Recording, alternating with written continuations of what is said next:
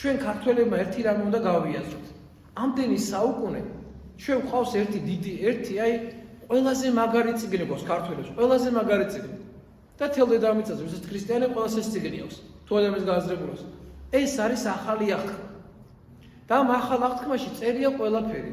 როგორ უნდა იცხოვრო, ვისთან უნდა იყო, ვინ უნდა იყოს შენი იმედი, ვის უნდა სასწოებდეს შენ, ვის იმედად უნდა იყო. ეს ყველაფერი წერია ამ წიგნში. მაგრამ სამწუხაროდ ქრისტიანებმა ამ წიგნის შესახებ კარგად არ ვიცით. მიუხედავად ისა, რომ სულ გვესმის ეს სიტყვა, ეს წიგნები ახალი აღთქმა, აი სამწუხაროდ წარმოიდგინეთ, ეკლესიის წევრები არიან, ჩვენს ეკლესიაში არიან ეკლესიის წევრები, რომელსაც სახარება მთლიანად საკითხული არ აქვს. ეს სახარება შეიძლება აქ იყოს ადამიანი ეკლესიის წევრი, რომელიც ეზიარება, ახსარებას ამბობს და ეკლესიის წევრია და სახარება შეიძლება თავიდან ბოლომდე საკითხული არ ქონდეს. ბიბლიაზე აღარ ვამბობ. ბიბლია დარწმუნებული ვარ, რომ მრევლის შეიძლება 80% საკითხული არ ქონდეს. მრევლის 80%-ს ბიბლია ძველი აღთქმა 74 წიგნი, 74 წიგნი არის ძველ აღთქმაში. ეს 74 წიგნი არის ძალიან ცოტა წიგნი, პატარ-პატარა წიგნები. და ეს წიგნი შეიძლება, ეს 74 წიგნი, შეიძლება ეკლესიის 90% საკითხული არ ქონდეს.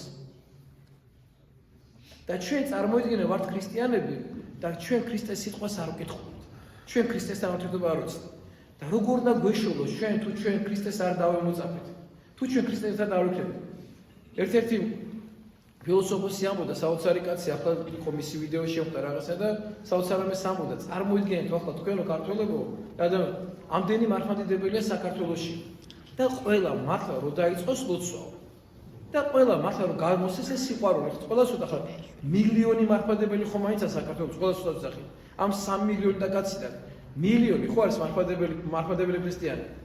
ამ მილიონმა კაცმა რომ დაიწყოს ლოცვა სიყვარულისთვის, სითბოსთვის, ბედნიერებისათვის, სიხარულისთვის, რომ ხა ქართველებმა ერთმანეთს შევიყვარო. ამ მილიონმა კაცმა რომ სადოს, რომ მოდი მე ყველა შევიყვარე, მოდი მე არავის არ განვიკითხავ. მოდი მე არავის ლანძღვას არ დავიწყებ. ამ მილიონ ქართველზე ვიძახი და მილიონ მართლმადებელზე, 3 მილიონიდან.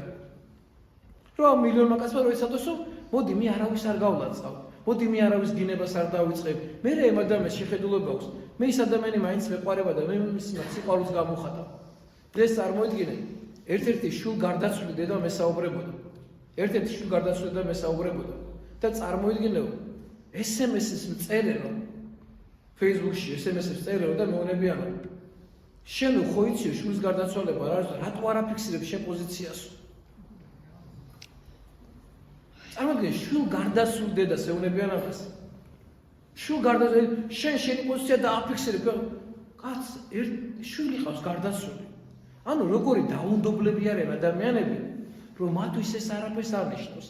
ოღონდ თავის სიმართლე გაიტანოს ზად არის ესეთი ადამიანიც კი ამაც უნდა ვიხარო, დააბული იყოს. აი სად არის, ანუ ეს ადამიანები სად არიან, თქვენ წარმოგიდგენიათ? ანუ თუ მის აზრს შენი აზრი არ ეთანხმება, ზად არის რომ ქვეყნის მოღალადე კიწოდეს, გაგანადგუროს და აკსპოს და ეს ერთმანეთს აი ბავშვები არიან სკოლაში, მამა, აი სკოლაში ვეღარ მივდივარ, სამსახურში ვერ მივდივარ, ისეთ დღეში მაგდებენ ადამიანები. და ეს სიყვარული სად არის? ეს სიყვარული სად არის? ესეთი რა გვინდა? აი საერთოდ აი ესეთი რა გინდა ცხოვრებაში თუ ადამიანი მოიწურე. რა გინდა ესეთი ან რამე და ან ვინმე, რაში გჭირდება ეგეთი რამე? ან ეგეთი სიმდიდრე რაში გჭირდება, ან ესეთი ნებისმიერ რამე რაში გჭირდება? თუ შენი უახლოესი ადამიანი ჩამოიშორე. ოჯახის წევრები ერთმანეთს დაშორდნენ. ოჯახის წევრები წარმოიდგინეთ. მშობლები შვილებს გადაეკიდნენ და ერთმანეთს ლანძღავენ, მშობლები და შვილები ამ პოზიციას ატო არ აფიქსირებენ და კლავენ ერთმანეთს, ეჩხუბებიან, უყვირიან და წერენ რომ მე ყველას ამოშლი თუ ეს ადამიანი ამაზე არ არის. და ამოშლი ჩემი სამეგობროდა და Facebook-ი ამოშალა, ლაიქი არ დავდო და მორჩა ეს რა ცხოვრება, Facebook-ის ლაიქებს და კომენტარებზე ეს ადამიანები, აი სად არიან ეს ადამიანები დასულ, აი სანამდე დავიდნენ ადამიანებს, ამოგშეთვე Facebook-იდან დავაჭერ იმას ხელს და მეგობრებში აღარ მეყოლებია.